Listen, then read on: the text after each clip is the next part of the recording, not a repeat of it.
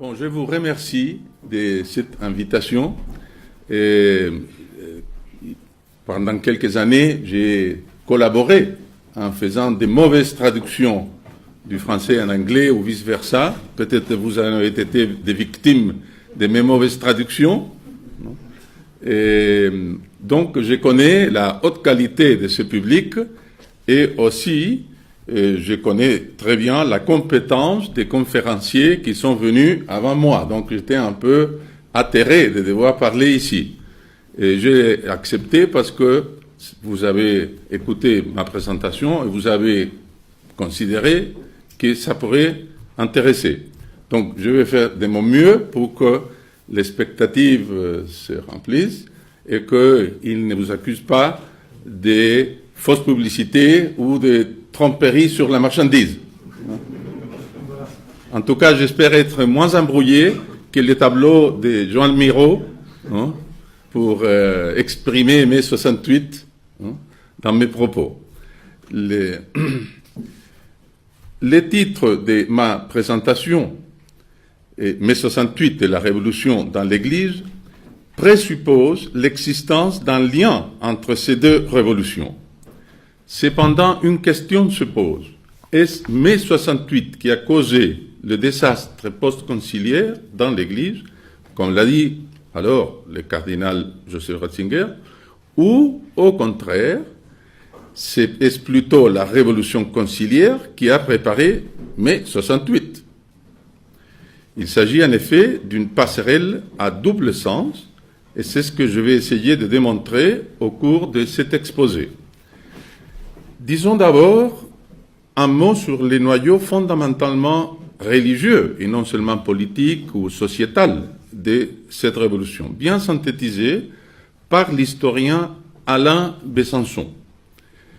L'effet le plus patent des 68 est la chute de l'autorité, plus précisément de l'autorité qui s'exerce de personne à personne, celle du professeur sur l'élève, du patron sur l'employé, de l'évêque sur les prêtres, du mari sur la femme, c'est lui qui le dit, du père sur l'enfant, etc. Même là où subsistent des corps hiérarchiques, il a fallu prendre des précautions. L'Église n'ose plus excommunier, les colonels donnent ses ordres sur un ton moins tranchant. Dans l'entreprise, il n'y a plus de patrons ni d'employés, seulement des collaborateurs, qui ne dirigent plus les chefs du personnel, chefs, imaginez-vous, seulement, mais dont prennent soin les directeurs, mieux, les gestionnaires des ressources humaines. Il faut tout arrondir, non? L'affaiblissement de l'autorité porte essentiellement sur toutes les relations qui pouvaient être considérées comme la métaphore ou l'analogie de la relation père-enfant. C'est ça qui est grave. Cette métaphore ou cette analogie structure les textes sacrés de notre civilisation. C'est pourquoi il vaut la peine d'aborder le phénomène 68 non seulement sous l'angle politique, mais sous l'angle religieux. Ça a été avant tout une révolution religieuse. En effet, le premier attribut de Dieu est bien sa paternité. Et toutes les autres paternités ne sont qu'une image plus ou moins proche de la sienne. Haïr par principe toute espèce d'inégalité revient donc à s'opposer métaphysiquement aux meilleurs éléments de ressemblance entre le Créateur et la création.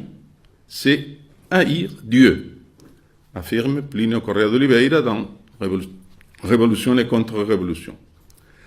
En délocalisant la révolution de l'usine à la famille et à l'école, de la sociologie à la psychologie, mai 68 a porté la hache à la racine métaphysique de l'idée de Dieu, qui vient de relation père-enfant. C'est une révolution totale, comme l'a dit son gourou, Herbert Marcuse. Marcuse pour vous les Allemands. Je diviserai l'histoire des relations entre mai 68 et la révolution de l'Église en trois grandes périodes.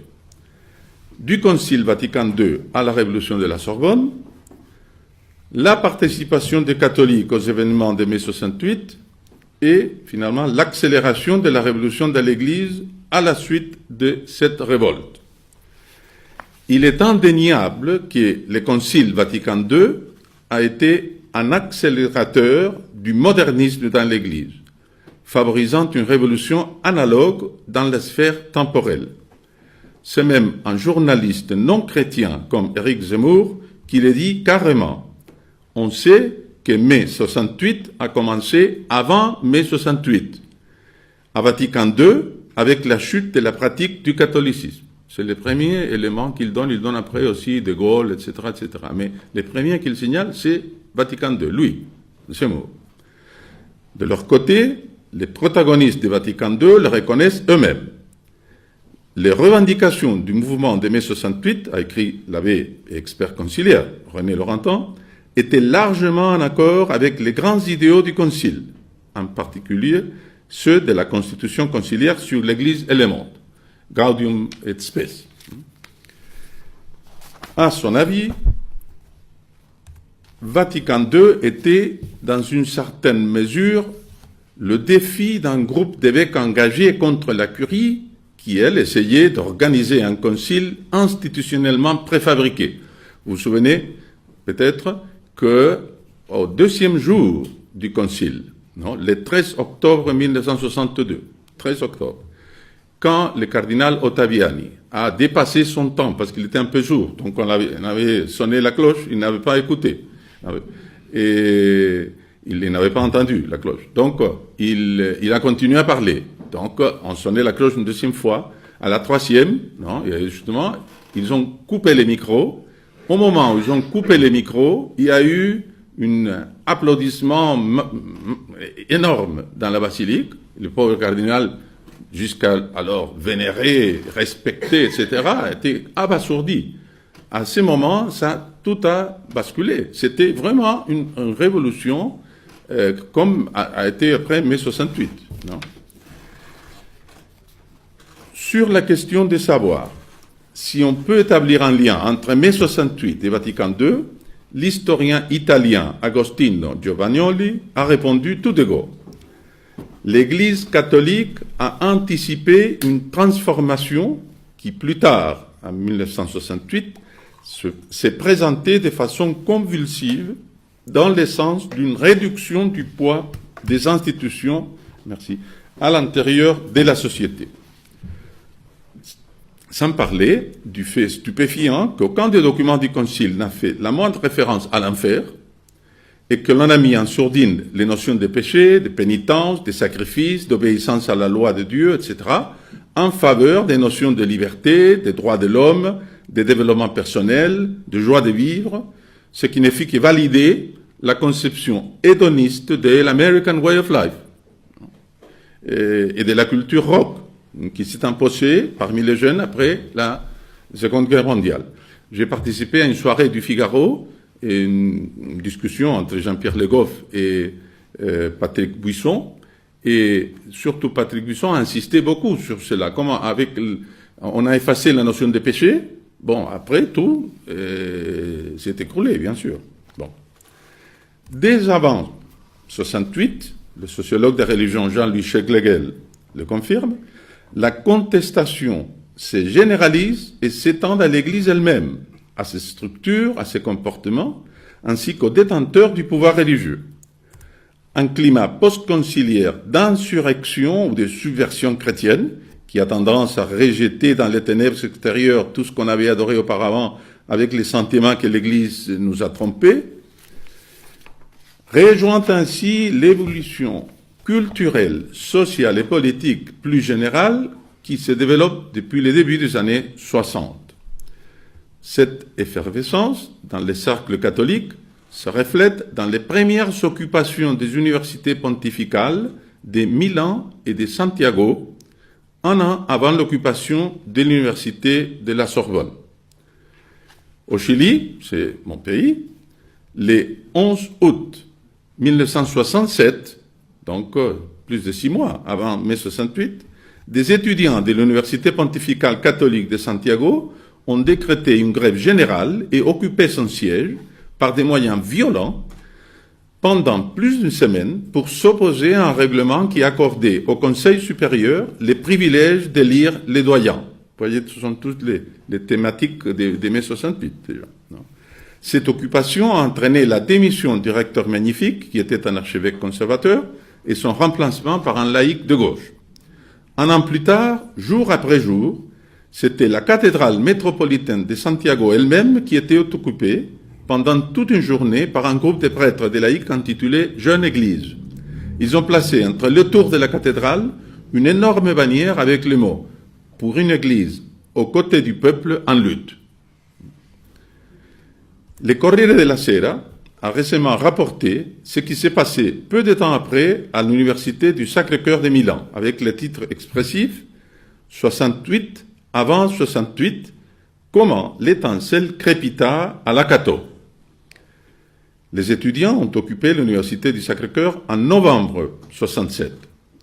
En 2017, le journal des évêques italiens, Avvenire, célébra l'événement par le titre « Il y a 50 ans, l'aube des 68 a scintillé à la Cato ». C'est très expressif déjà. Non? Avouant, si on y regarde attentivement, le vrai certificat de naissance de 68 a une date précise, le 17 novembre 67 à Milan, à l'université catholique.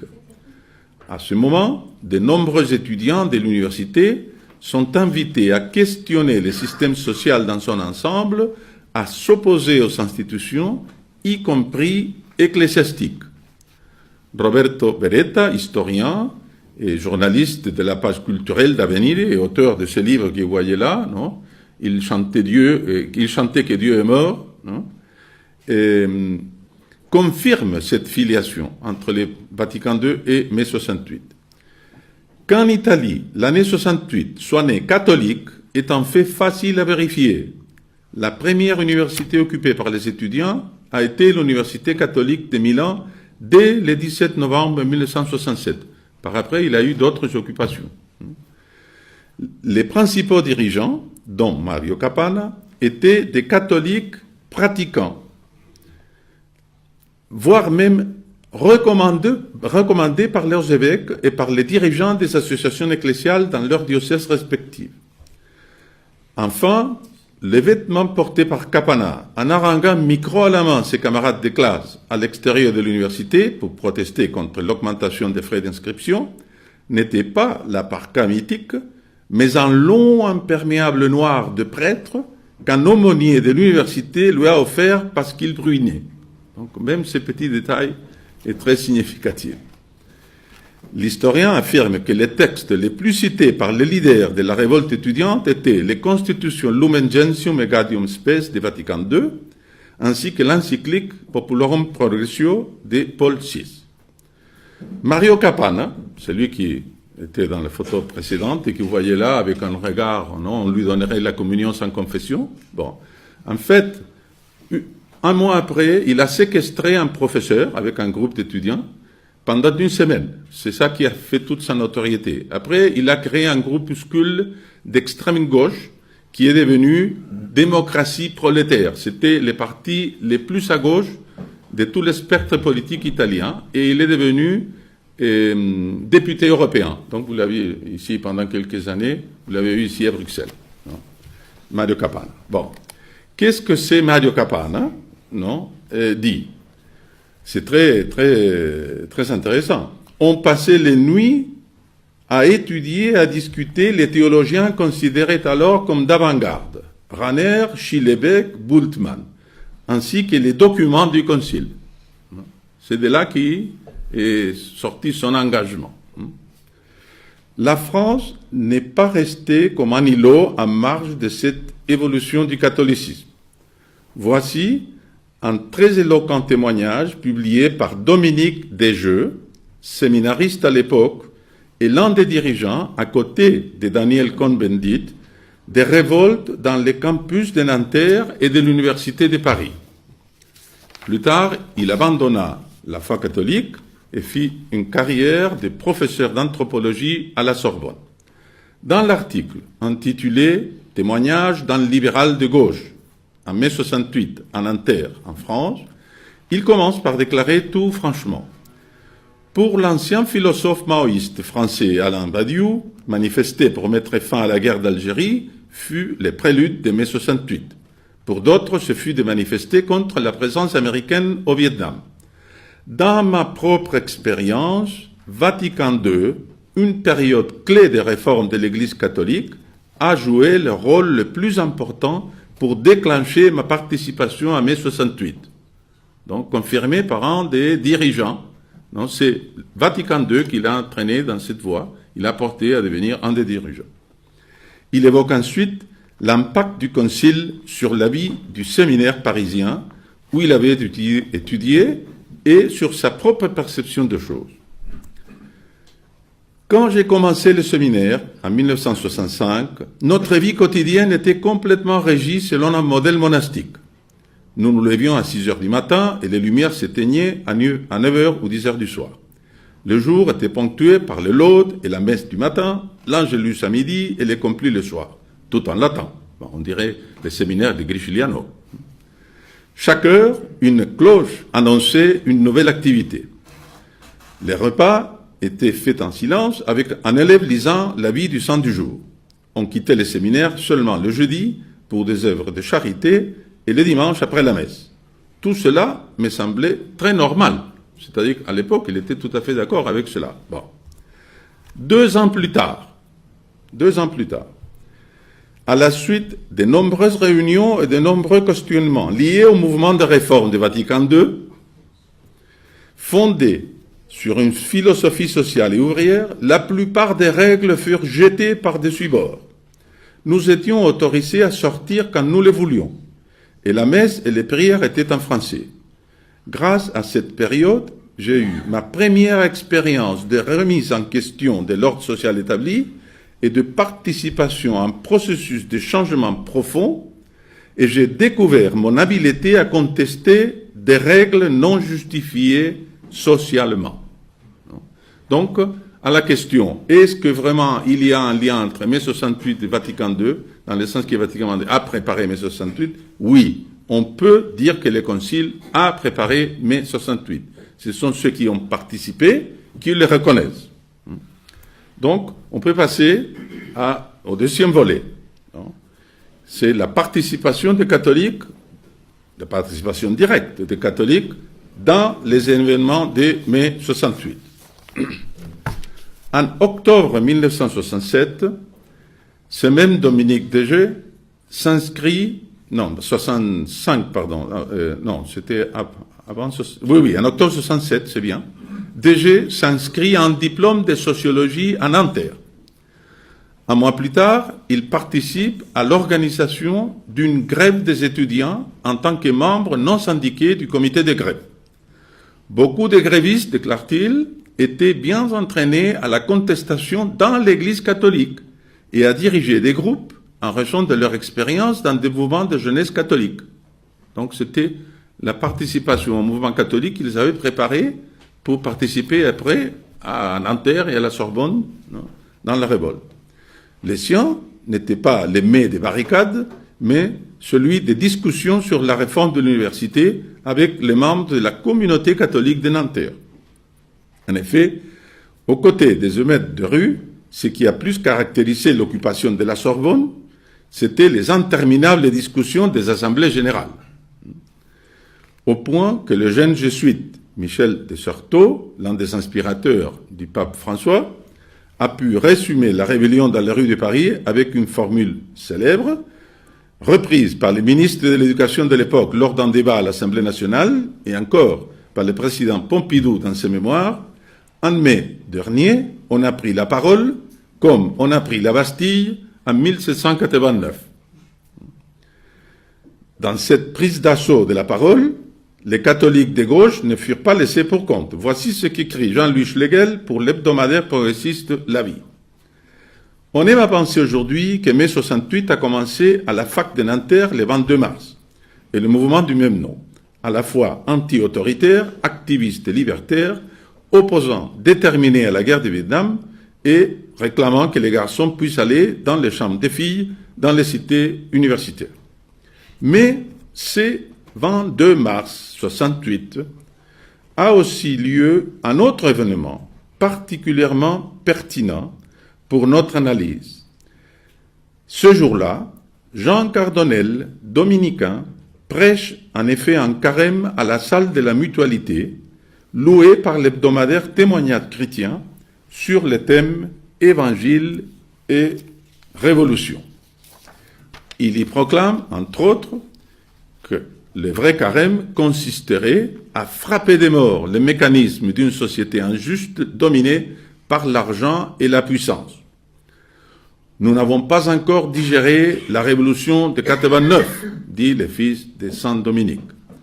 La révolution d'octobre 1917 nous fait toujours trembler, alors que Jésus-Christ, le Fils de l'homme, que l'on essaie en vain d'édulcorer, d'atténuer, nous révèle l'urgence de la révolution culturelle. Il faut bien se souvenir qu'à l'époque, la révolution culturelle n'était pas aussi associée à Gramsci qu'à Mao Tse-tung. La révolution culturelle, c'était la révolution chinoise.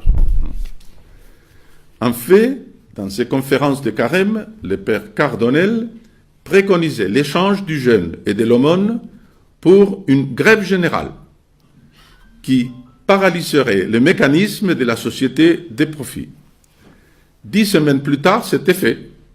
Il y a eu la grève générale, la plus grande que la France a connue dans toute son histoire. De même pour la rébellion violente. Les lendemains et les surlendemains, du 22 mars précisément, plusieurs revues chrétiennes organisent un colloque sur christianisme et révolution, à l'issue duquel les intervenants, théologiens et autres, signent une déclaration affirmant que les chrétiens ont le droit et même le devoir de participer au processus révolutionnaire, y compris dans la lutte armée.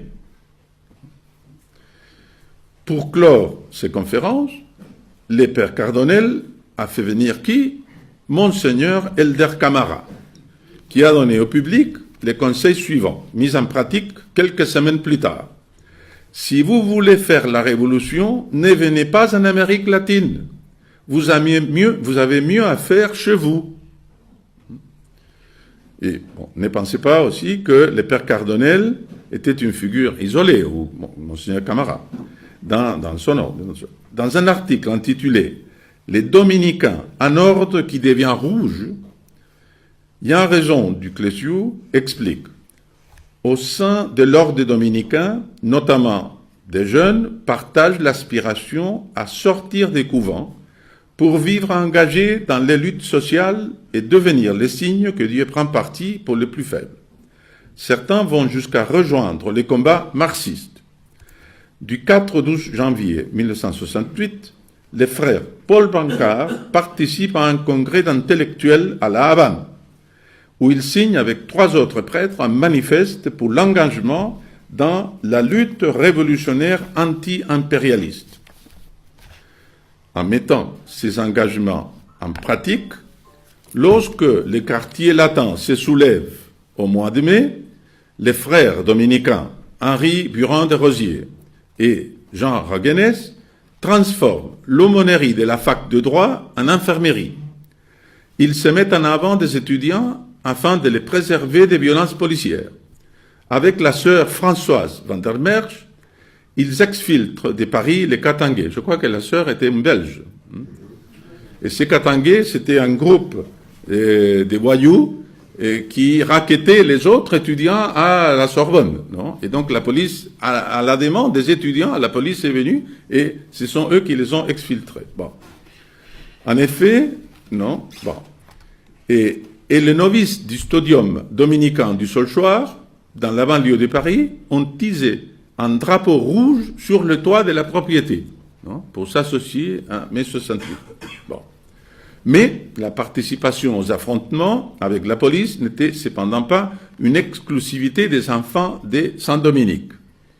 Le 3 mai, rapporta Jean-Louis Schlegel, que j'ai déjà cité, l'arrestation injustifiée du président de l'aumônerie de la Sorbonne, Jean Clément, mobilise les troupes.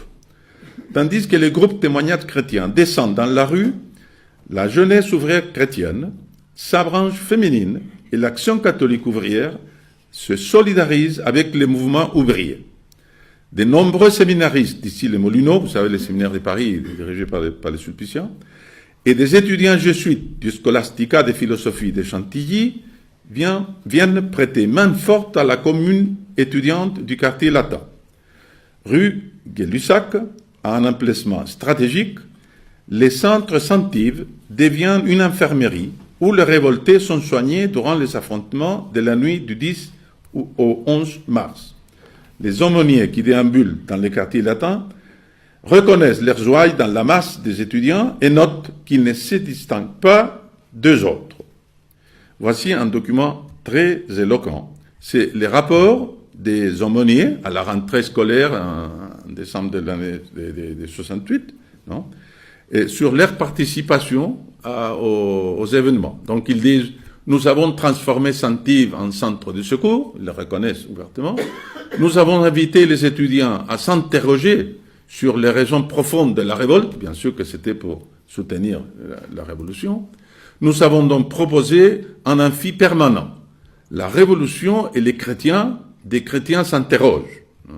Tout ça pour soutenir, bien sûr. Donc, le climat des assemblées, c'était un peu comme ça. Ça, je crois que c'était une photo de la mutualité pendant les conférences du Père Carbonel. Mais l'ambiance était à peu près comme ça. Même des sœurs, comme ça, en voile, qui participaient dans des assemblées générales révolutionnaires. Et tout bien signé, non, par les 3 frères dominicains qui étaient les aumôniers de la Sorbonne. Bon, une question qui se pose, de quel côté de la barricade était la hiérarchie? La plupart des ecclésiastiques restaient silencieux, ne disaient rien. Mais quelques-uns se tenaient ouvertement du côté des agitateurs. À Nantes, l'évêque, Monseigneur Michel Vial, invite les fidèles à se ressourcer auprès des étudiants. Le 21 mai, les évêques de la commission épiscopale du monde scolaire reçoivent aumôniers et responsables des mouvements de l'Église et cautionnent l'action de ces derniers et reconnaissent que ce qui est en train de se passer doit pousser l'Église à s'interroger sur elle-même. Seule réserve, au mot révolution, ils préfèrent contestation. C'est plus discret. Bon. Les évêques membres de la commission épiscopale du monde ouvrier, à travers Monseigneur Ansel, ont déclaré « Pour nous, chrétiens, la demande de pauvres exige un monde différent. D'une manière plus ou moins consciente, cette exigence des pauvres interroge la cité terrestre au nom du royaume promis pour la fin des temps. » Donc le monde promis pour la fin des temps, c'est le communisme, bien sûr. C'est une idée maîtresse de la théologie de la libération. Non. Le cardinal Marty, nouvellement intronisé à Paris, a déclaré à la chaire de Notre-Dame « Dieu n'est pas conservateur, Dieu est pour la justice ». Donc c'était clairement une façon de soutenir les mouvements de mai 68. Du point de vue œcuménique, mai 68 a été le théâtre d'une audace liturgique qui commence seulement aujourd'hui à obtenir en Allemagne le droit de citoyenneté.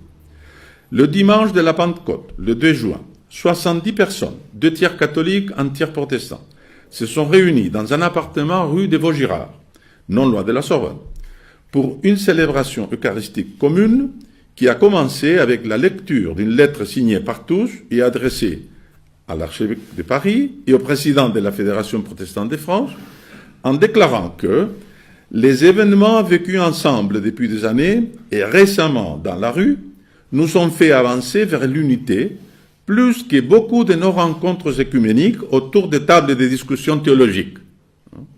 Bon, sauf que ce n'est pas le Christ qui les a unis, c'est plutôt Karl Marx révisité par Marcuse, c'est la réalité. Bon. Après quelques lectures et méditations, ils ont tous récité les mots de la consécration, échangé un baiser d'épée, et chacun a mangé un morceau de pain, tandis que les verres avant circulaient dans la pièce. Cette subversion religieuse aura un retentissement médiatique énorme, mais aucun des prêtres participant à l'intercommunion ne sera sanctionné. C'est étonnant. Nous sommes en 68 et aucun a été sanctionné. Dans son livre « Les principes de la théologie catholique », le cardinal Joseph Ratzinger a écrit à propos du post-concile. L'intercommunion tenue lors d'une messe écuménique en faveur des barricades était considérée comme une sorte de repère historique dans l'histoire du salut, une sorte de révélation qui a inauguré une nouvelle ère du christianisme. Je ne pouvez pas mieux dire. Après cette rapide évocation de la participation des militants catholiques aux émeutes de mai 68, tournons-nous vers le dernier point de notre exposition. C'est l'accélération de la révolution dans l'Église à la suite de cette révolte. Une telle accélération fut immédiate et passa de la prise de parole à une prise de Bastille à l'intérieur de l'Église. Regardez par exemple le récit suivant du changement dans la vie du studium dominicain du Saulchoir, celui où on avait hissé le drapeau rouge. Déjà à partir du mois de la révolte étudiante, du 20 mai au 29 juin 68, pendant plus d'un mois, la contestation traverse le couvent. Les frères étudiants se réunissent à leur seule initiative. Ils parlent, fument et débattent des formes de la vie religieuse auxquelles ils doivent se conformer. Pour manifester la profondeur de leur malaise et s'approprier la réforme de leur formation, ils décident de constituer des groupes d'échange et fixent un calendrier d'assemblée générale. Bon, c'était la prise de la parole du père de Certeau. Si, dans un des groupes, le frère Daniel déclare être très content de la situation du Saulchoir, il précise aussitôt, tel que je la vis, pour souligner l'ironie de son propos. Il avoue ensuite avoir construit ses conforts par un irrespect ordinaire des règles. Je fais ce que je veux pour le travail. La vie chorale, c'est-à-dire les chants de l'office divin, non ? J'y vais quand je veux. Quand j'en ai marre, je pars sans demander la permission. Ça, c'est la vie dans le noviciat. Un autre frère reconnaît également adopter une désobéissance tactique pour réaliser en vérité la vocation dominicaine. Dans les cadres actuels. Vous pouvez imaginer Saint Dominique, qu'est-ce qu'il aurait pensé, non ? Cette dérision à l'égard de la règle est un des signes les plus caractéristiques de ce qui se joue en mai. La fin officielle et revendiquée de la révérence due aux normes de vie conventuelles. Ces constats orientent une déconstruction de tous les aspects de la vie des frères. Dans les assemblées générales et les groupes de travail, les frères étudiants font la joyeuse expérience d'une transgression créatrice des communautés. Magnifique, là, pour nos paroisses, c'est tout un programme. Non, la joyeuse expérience d'une transgression créatrice des communautés. Bon. C'est quoi l'expérience de la fraternité? Donc, c'est quoi? C'est la liberté, l'égalité, ce sont des assemblées, etc., et la fraternité. Donc, c'est la Révolution française révisitée par mai 68 à l'intérieur même de l'Église. C'est la réalité. Si ce processus de déconstruction a déboussolé même la vie consacrée des religieux, on peut facilement deviner ce qu'il a provoqué dans les séminaires diocésains, dans les clergés séculiers, dans les paroisses et dans les mouvements laïques. Voyons par exemple le récit d'un évêque français connu pour ses positions avancées, Monseigneur Jacques Noyer, évêque émérite d'Amiens, alors directeur du séminaire interdiocésain du nord de la France. Il a l'allure d'une vieille dame, mais c'est l'évêque. C'est avec un retard d'une quinzaine de jours que le mouvement vint secouer la sérénité du séminaire d'Arras. Mai 68 fut plutôt juin 68. Un petit groupe de séminaristes est venu poser aux responsables que nous étions certaines questions qui agitaient la Sorbonne avec beaucoup plus de brutalité. Vous voyez, ce sont les mêmes questions de la Sorbonne à l'intérieur du séminaire. Ils mettaient en question l'enseignement très magistral qu'on leur proposait et réclamaient beaucoup plus de travail en équipe. Ils ne voulaient plus des examens de fin d'année, mais voulaient mettre en place les contrôles continus, on dirait l'éducation nationale française. Bon. Parce qu'ils avaient compris qu'ils n'obtiendraient rien sans pression, ils décidèrent la grève des lectures spirituelles qui leur paraissait le symbole de tous les maux. La grève fut suivie par tous, et il est très blessé, peiné de ça, parce que c'était lui qui donnait les lectures spirituelles, et il dit que lui, il avait essayé, avec les éléments du concile, de donner la version la plus avancée et radicale possible, mais même cela, non, n'était pas assez pour les séminaristes. Bon. Bien entendu, le règlement si précis du séminaire semblait obsolète. Il n'était alors plus question d'interdire de fumer, ni d'obliger à prier. Ah, pardon, sans regarde. Ici. Et chacun demandait qu'on lui fasse confiance. On finit pourtant par trouver un compromis plus ou moins acceptable pour terminer l'année.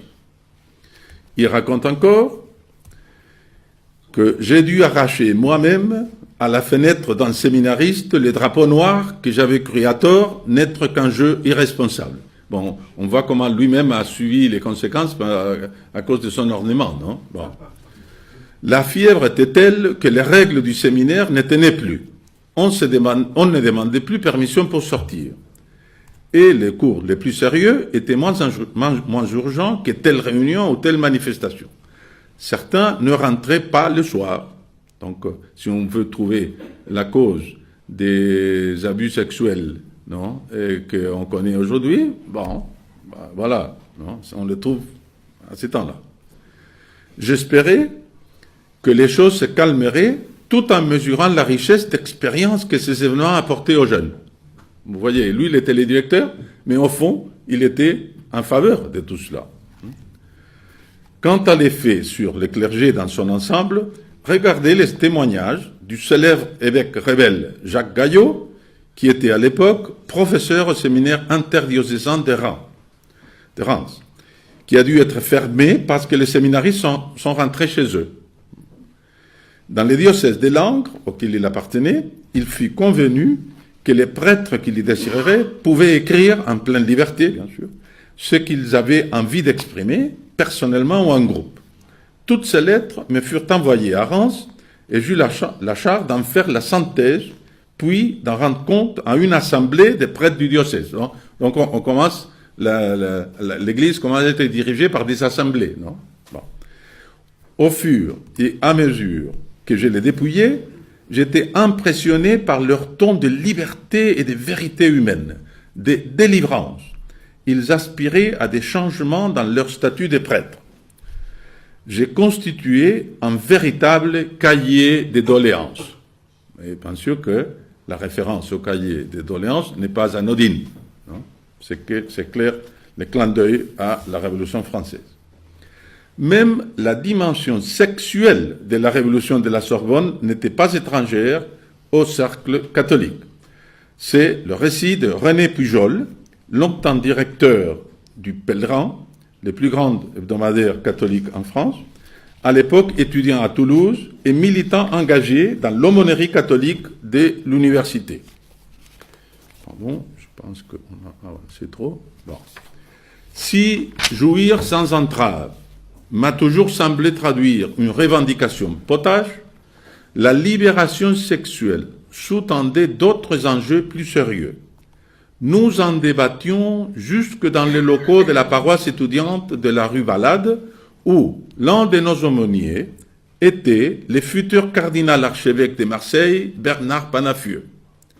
Il est possible que nous ayons passé alors plus de temps avec le futur cardinal Panafieux à décortiquer Eros et civilisation d'Herbert Marcuse, aujourd'hui bien oublié, ou à évoquer Wilhelm Reich, que peu d'entre nous avaient lu, qu'à étudier la Bible. C'est bien le climat de l'époque. Et de conclure, pour ma part, deux idées portées par les mouvements me semblaient parfaitement compatibles avec les valeurs qui étaient les miennes. La contraception, qui permettait aux femmes de dissocier sexualité et fécondité, et si la sexualité n'avait plus pour finalité unique la reproduction, retenez ça, si la sexualité n'avait plus pour finalité unique la reproduction, alors pourquoi continuer à ostraciser les homosexuels, condamnés pour les uns à la clandestinité honteuse, pour les autres à la continence? Bon, qu'en est sorti pour l'Église dans son ensemble de toute cette effervescence et de cette étreinte entre la révolution conciliaire et la révolution dans les rues de Paris, d'abord, il faut signaler deux fruits directs et pourris, l'acceptation de la révolution sexuelle et la démolition liturgique. Le premier de ces fruits a bourgeonné lors de la révolte des théologiens, des épiscopats et des fidèles contre l'interdiction des moyens artificiels de contraception réitérée par l'encyclique Humanae Vitae.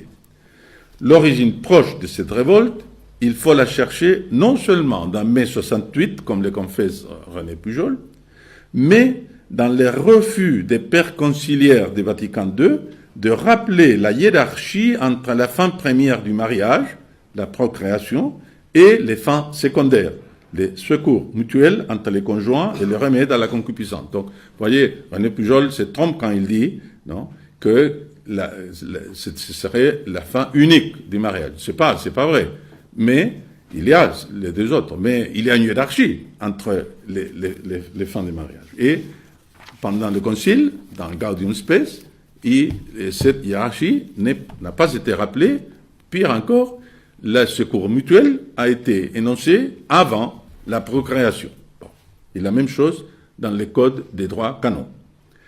Cette omission a pavé le chemin pour l'acceptation ultérieure, au nom de l'amour des partenaires, des autres volets de la révolution sexuelle, et notamment de la révolution LGBT, aujourd'hui représentée par les jésuites américains James Martin, avec Building a Bridge.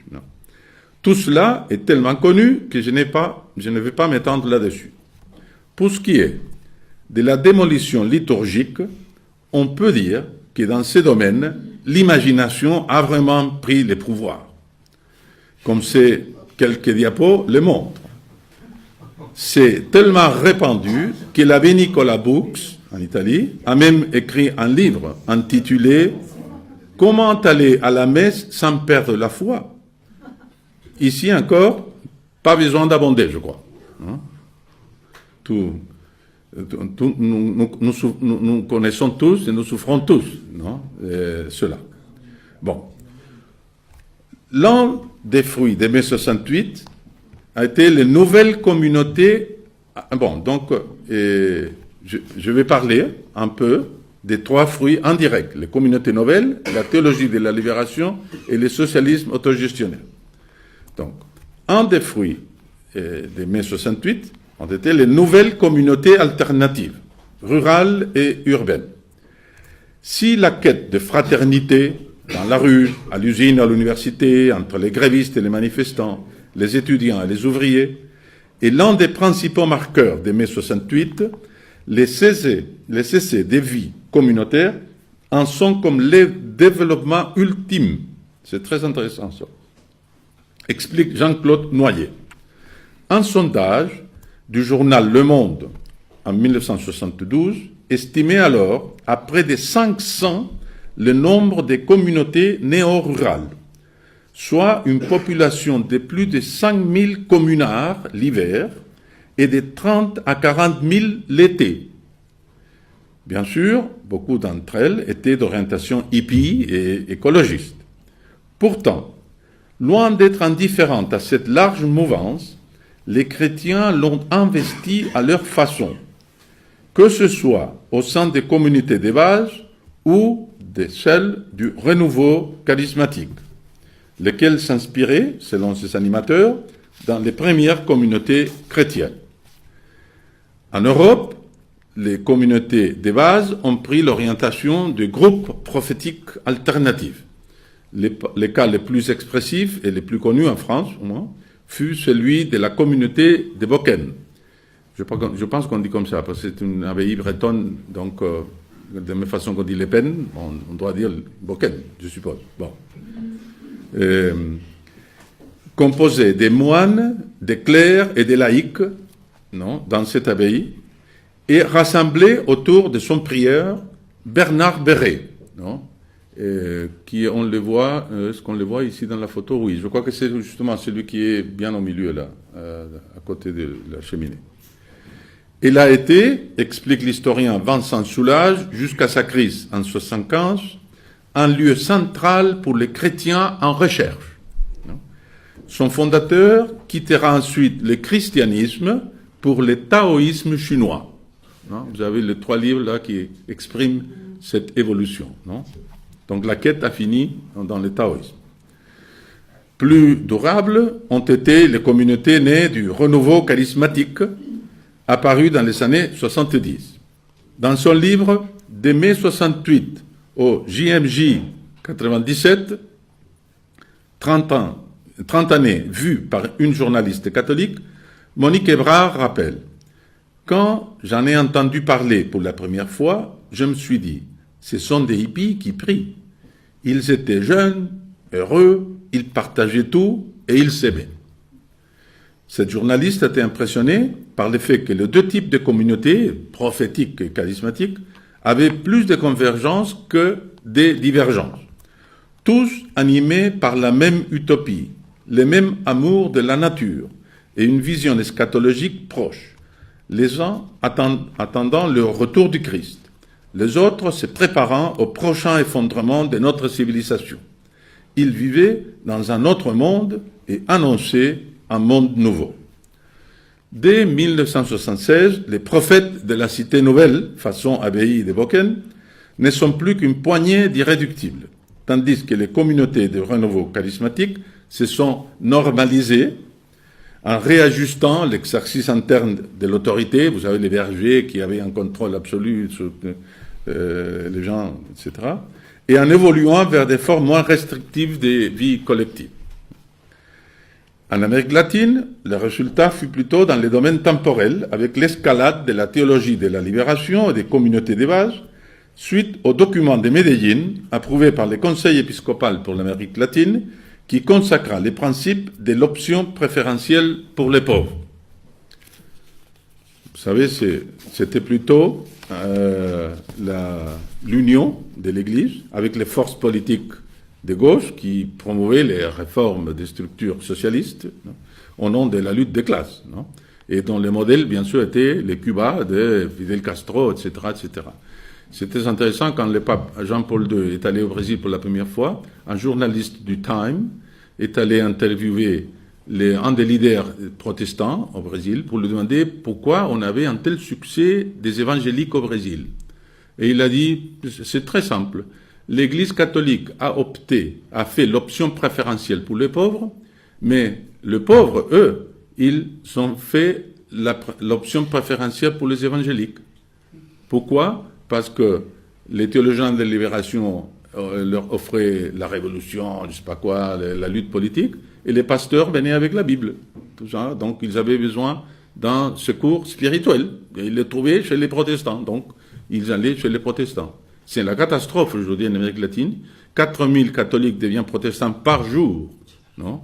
Et c'est encore la conséquence de cela, de cette option préférentielle pour les pauvres. Bon. En France, mai 68 a conduit à la soi-disant deuxième gauche, qui a rejeté le modèle du communisme centralisé façon Castro, disons, en état d'échec, et a adopté en lieu et place l'autogestion. Cette deuxième gauche s'est développée au sein du Parti socialiste unifié et de la CFTC, l'ancienne Confédération des travailleurs chrétiens, qui est devenue CFDT, il a changé chrétien pour démocratique. Bon. Les 2 groupes ont convergé dans le Parti socialiste et ont rendu possible la victoire de François Mitterrand. Jean-Claude Noyer écrit « Ce parti, le PSU, a joué un rôle déterminant en mai 68.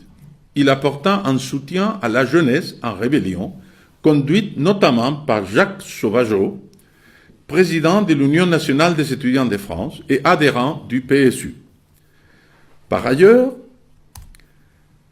cette structure politique a promu l'autogestion, un courant politique qui a façonné l'esprit de mai et a connu son apogée pendant la lutte des ouvriers de l'usine LIP au début des années 70. Les chrétiens de gauche ont été particulièrement actifs au sein de ces rassemblements hétéroclites. À son tour, le 16 mai 68, en pleine révolution de la Sorbonne, en solidarité avec les rebelles du quartier latin, la Confédération, la CFDT, a déclaré, à l'époque c'était déjà la CFDT, À la liberté dans les universités doit correspondre la même liberté dans les entreprises. En cela, le combat des étudiants rejoint celui mené par les travailleurs depuis la naissance du syndicalisme ouvrier.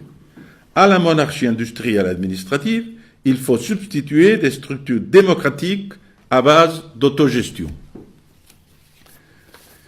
Autogestion est le mot qui traduit la remise en cause radicale des structures sociales et politiques, la contestation de toutes les formes de domination et d'aliénation dans l'entreprise et dans la société.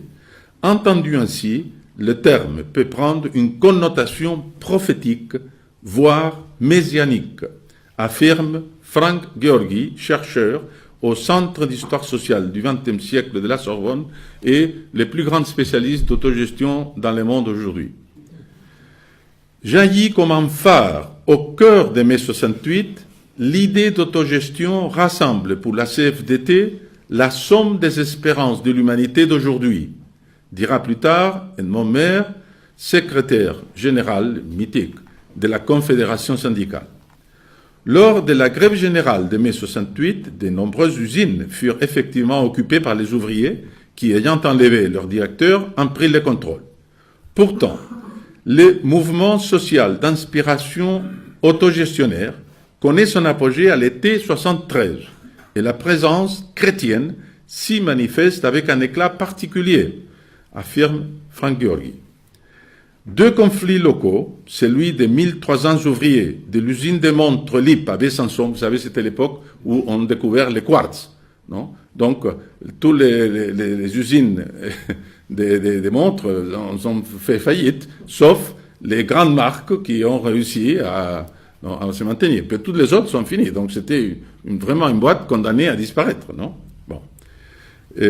Donc, ces conflits chez les LIP, qui s'opposent au démantèlement judiciaire de leur entreprise, et celui des paysans de l'Arsac, qui défendent leurs terres contre l'extension d'un camp militaire, deviennent emblématiques du rêve d'une autre société.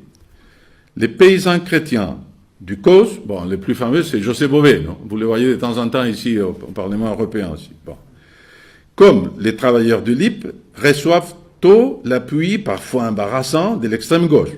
Mais, comme eux également, ils bénéficient surtout du soutien de leur évêque, de leur curé, de l'action catholique et de la sympathie agissante des réseaux CFDT et PSU.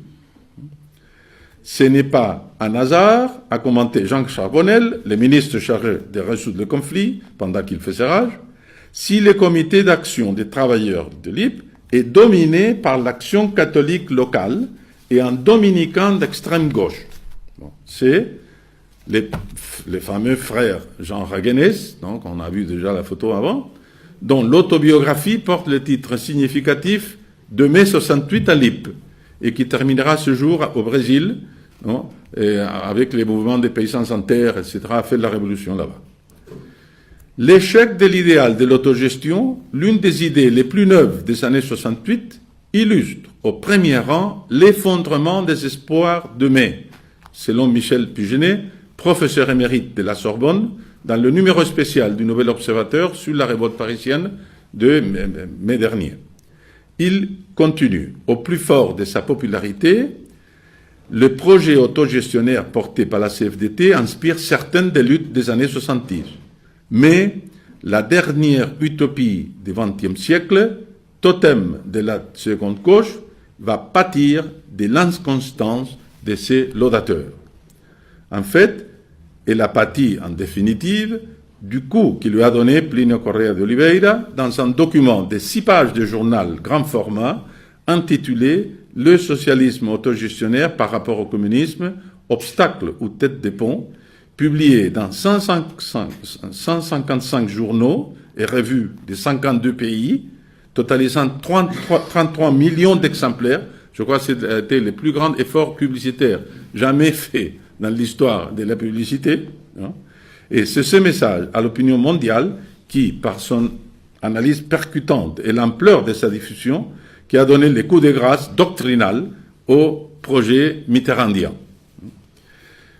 Maintenant, que reste-t-il de la révolution de mai 68, particulièrement dans l'Église, 50 ans plus tard?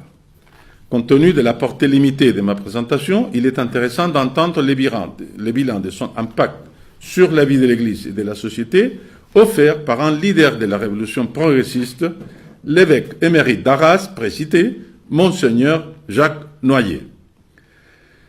J'ai du mal à apprécier ce qui s'est passé en mai 68. Ce ne fut pas seulement un accès de fièvre sans lendemain, comme certains le disent. Ce ne fut pas seulement un parricide qui a porté un coup fatal à un monde dans l'agonie. Faut-il y voir la source de tous les maux qui ont exténué l'Église? Je reste persuadé que les changements qui s'étaient inaugurés dans la préparation, la célébration et la mise en œuvre du Vatican II a été et demeure une chance pour notre Église dans le monde, ou plutôt pour l'Évangile offert aux hommes de ces temps. C'est intéressant parce qu'ici, il reconnaît encore les liens entre Vatican II et mai 68. Non? Il les laisse très clair. Bon. Mai 68, assurément, fut en profondeur un mouvement spirituel, voire mystique, en cohérence avec le rêve conciliaire. Mais à vouloir aller trop vite et trop loin, mai 68 a cassé la dynamique du concile. L'Église, comme la société elle-même, n'avance plus qu'à tâtons et dans la peur. Ce bilan pessimiste, fait il y a quelques mois à peine, au beau milieu du pontificat du pape François, devrait nous aider à percevoir l'impasse dans laquelle se trouve la révolution et dans l'Église et dans la société, et nous donner confiance dans la force de la contre-révolution, malgré les apparences en sens contraire, ou à ce moment où le combat final s'approche. En fait, ce bilan épiscopal semble répondre négativement aux questions qui posait Plínio Correa de Oliveira dans la troisième partie des Révolutions et contre-révolutions, lorsqu'il parlait de la révolution de la Sorbonne. Cette dernière ouvrira-t-elle effectivement une nouvelle étape dans l'histoire de la Révolution, ou sera-t-elle simplement un phénomène abortif qui va surgir et disparaître sans influence capitale au cours de cet affrontement avec la contre-révolution? Selon Monseigneur de Noyer, mai 68 a cassé la dynamique du Concile et la société aujourd'hui a peur d'avancer. Demandons donc à Notre-Dame des Victoires qu'elle fasse en sorte que mai 68 et la révolution dans l'Église deviennent effectivement des phénomènes abortifs. Merci beaucoup pour votre patience.